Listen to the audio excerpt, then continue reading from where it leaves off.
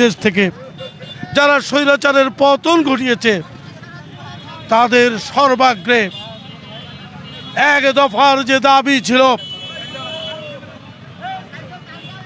এক দফার দাবি সেটি হচ্ছে গণতন্ত্র পুনঃপ্রতিষ্ঠা করা। যারা 18-19 বছর ভোট দিতে পারে নাই তাদের ভোটের দাবি প্রতিষ্ঠা করা।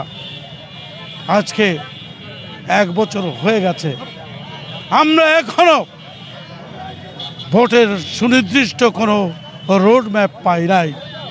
যদিও প্রধান উপদেষ্টা সাহেব আমাদের নেতার সাথে বৈঠক করেছেন, তিনি বলেছেন ফেব্রুয়ারিতে নির্বাচন দিবেন।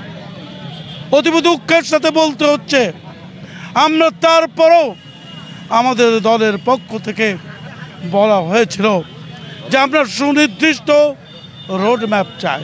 আমাদের অধিকার, জনগণের অধিকার প্রতিষ্ঠার জন্য লড়াই, এই লড়াই গণতন্ত্রের জন্য লড়াই।